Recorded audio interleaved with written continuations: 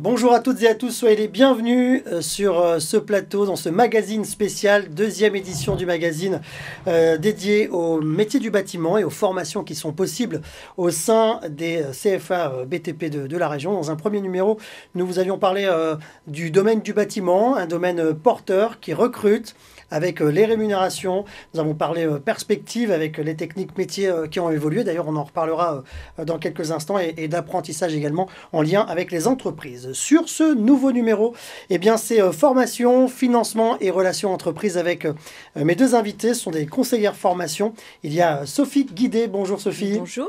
Et Florence Anderlin. Bonjour. Bienvenue sur le plateau. Merci. Alors, vous travaillez toutes les deux au centre de formation, donc au CFA BTP de Marly. Est-ce qu'on peut rappeler très brièvement les trois sites qui existent dans la région? Oui, nous sommes 3 sites sur la région Hauts-de-France versant nord. Donc, il y a l'île métropole située à Roubaix, Edignolles et Boulogne. Et puis, notre centre de formation à Marly, situé juste à côté de Valenciennes. Alors, on parle des métiers du bâtiment, mais quelles sont les formations? Alors, on a vu, c'est riche, le métier du bâtiment, il y a plein, c'est un univers très riche, il y a plein de différents métiers. Quelles sont, vous, les formations que vous proposez? Et niveau d'études? Oui, on va proposer plusieurs formations. Tout d'abord, on va partir sur un CAP. Le CAP, de manière générale, va se dérouler sur 2 années. C'est la porte d'entrée vers le bâtiment. Ça va permettre à une personne de devenir ouvrier qualifié. On a la possibilité ensuite de mener les jeunes et les moins jeunes vers une mention complémentaire qui va durer 1 an. Le tout est de se perfectionner. Nous avons ensuite le BP, le brevet professionnel, qui est un niveau bac, qui va permettre aux jeunes de devenir des ouvriers très qualifiés et donc d'obtenir encore de meilleurs postes et de meilleures rémunérations. Il faut savoir que ce n'est pas parce qu'on est dans le bâtiment qu'on s'arrête là. Il y a la possibilité de faire des études supérieures. Notamment, nous, sur Marly, nous avons le BTS FED, fluide, énergie et domotique, qui est mis en place et qui permet également d'obtenir encore des postes bien plus importants. On le verra dans un instant, mais effectivement, c'est très important de se former quand on travaille dans le bâtiment. Déjà, parce que c'est plus facile de trouver du travail quand on a entamé ce genre de formation. Et puis, surtout quand on se retrouve dans une entreprise, eh bien, ou qu'on crée son entreprise, eh bien, on a la pleine maîtrise des techniques du bâtiment. Et ça, il faut bien le rappeler, d'où l'importance de ces centres de formation. Florence, qui peut entamer ces formations? À partir de quel âge? Comment ça se passe? Alors, la formation à quel moment de ma vie, tiens? La formation est ouverte à tous. Si on est apprenti, il faut avoir évidemment un contrat d'apprentissage. Les conditions requises, c'est 15 ans, sortie de 3e, jusqu'à 30 ans, enfin moins de 30 ans, 29 ans révolus, on va dire. Par contre, si on a une personne en situation de handicap, un reconnu RQTH, ou qui veut créer son entreprise, là, il n'y a pas de condition d'âge.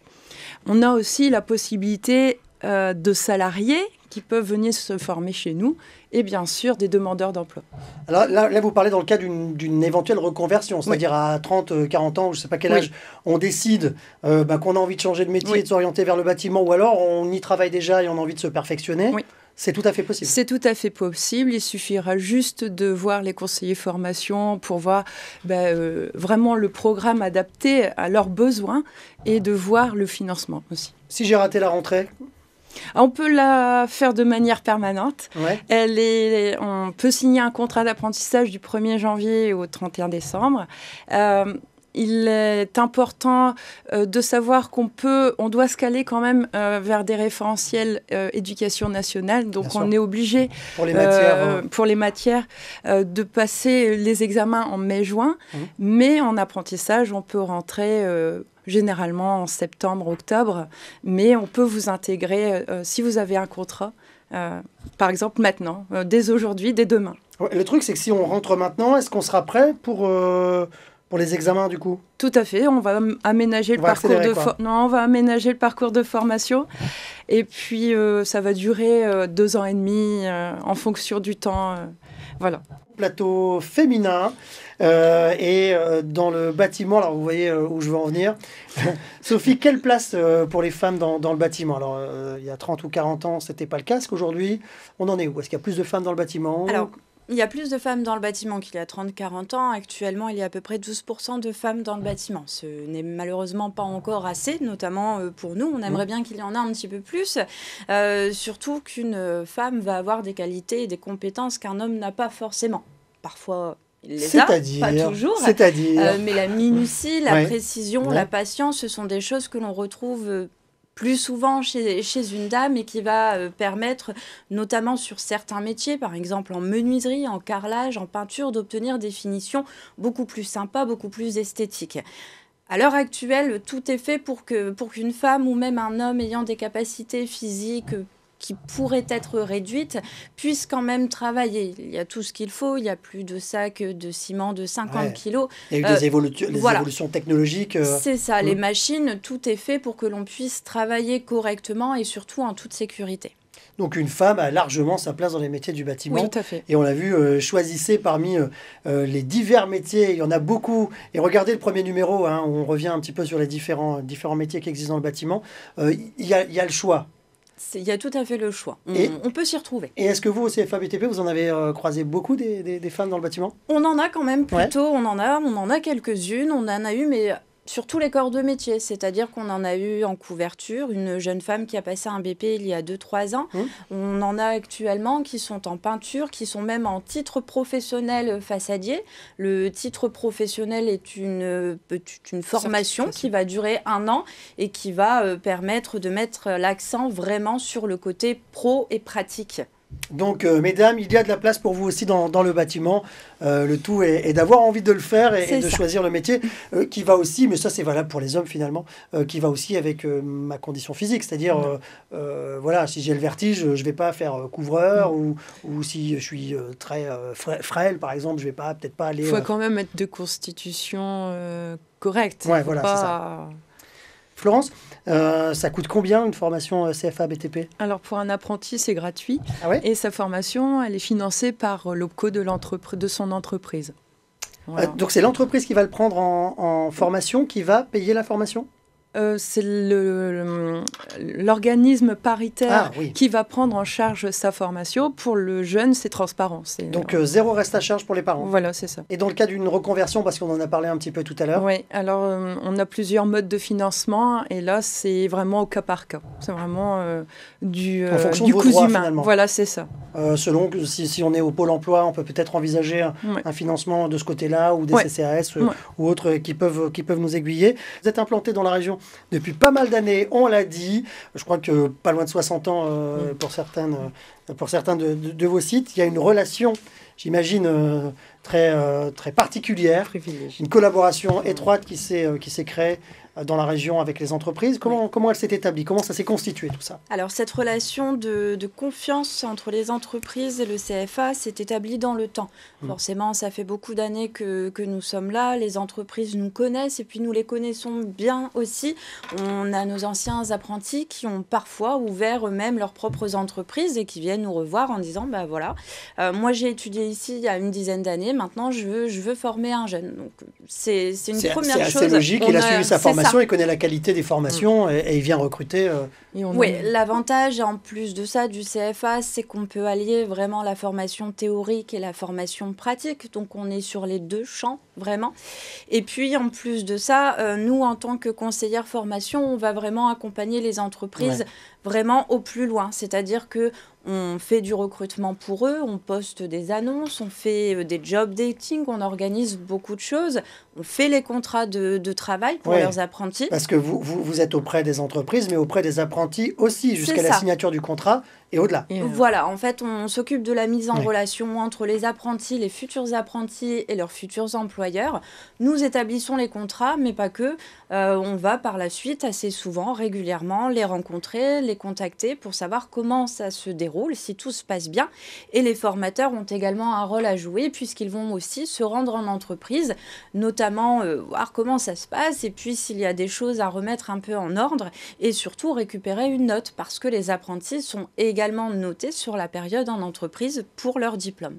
C'est vraiment un rapport gagnant-gagnant, c'est-à-dire que c'est une solution de recrutement pour les entreprises puisqu'elles peuvent aller, parce que c'est difficile, on l'a entendu tout à l'heure, il y a énormément de contrats signés, des entreprises qui font des contrats signés qui ont du mal à trouver de la main-d'œuvre qualifiée, des gens qui sont volontaires pour le faire.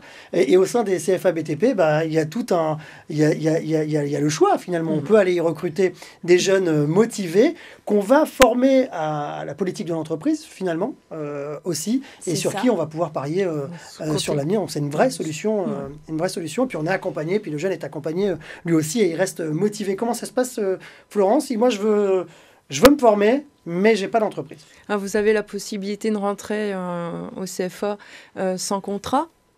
Donc vous pouvez avoir une formation en prépa apprentissage si vous êtes, on va dire, dans les clous du 16 moins 30. Vous avez la possibilité de vous former aussi sans contrat. Alors pendant un délai de 3 mois. Après, les conseillères formation prennent le relais Donc pour... j'entre 3 mois si j'ai pas d'entreprise pour le contrat. Oui. Je me forme 3 mois déjà. Et vous allez m'aider à trouver une entreprise où je vais essayer de... Durant les 3 mois, les conseillères vont vous élaborer le CV, enfin avec vous bien sûr, le CV, la lettre de motivation, vont vous faire des entretiens de présentation. Vous allez être mise en relation auprès des entreprises. On va signer le contrat d'apprentissage. Donc ça va se passer pendant ces 3 mois. Oui, qu'on voit le rapport finalement gagnant-gagnant et tout l'accompagnement que vous proposez. Là, je m'adresse aux entrepreneurs, ou en tout cas, je me mets un peu à la place d'un entrepreneur. On a donné quelques éléments de réponse, mais je suis entrepreneur. Pourquoi est-ce que c'est pertinent de prendre, si je n'ai pas eu l'habitude de le faire, pourquoi est-ce que c'est pertinent de prendre un jeune en formation au CFA? Il y a plein d'avantages. Déjà, ça va être la possibilité pour un employeur de former la personne qu'il va recruter vraiment aux méthodes de travail de l'entreprise. Une entreprise n'est pas une autre, un employeur n'est pas un autre.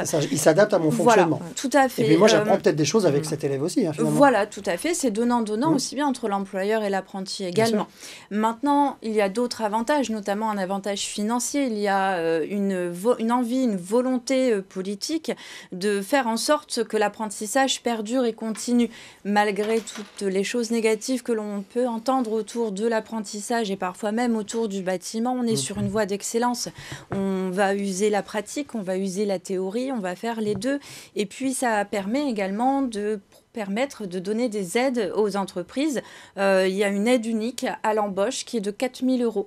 Et puis cette l'entreprise est aidée donc pour recruter un apprenti. Par l'État, il y a une aide de l'État. Cette aide a été modifiée cette année. Depuis quelques mois maintenant, elle est de manière plus exceptionnelle. Le montant n'est plus le même. Une entreprise qui va prendre un mineur en apprentissage aura le droit jusqu'au 31 mars 2021, en espérant que cette aide puisse perdurer. Voilà, aura le droit à 5 000 € et à 8 000 € pour un apprenti qui a atteint la majorité. Donc, tous les éléments sont alignement des planètes finalement pour recruter un apprenti. Donc, le message est passé. J'imagine que tout ça, Florence, on va le retrouver sur le site internet? Oui, sur le site internet cfabtp.com. Eh bien, merci beaucoup d'avoir été avec moi pour ce deuxième numéro dédié au métier du bâtiment. Nous parlions donc formation, financement, relations entreprises. Un troisième volet qu'on vous propose où on va parler rythme de formation. On va parler de la formation elle-même, du contenu de cette formation et on va continuer de parler accompagnement. Merci beaucoup d'avoir été avec nous.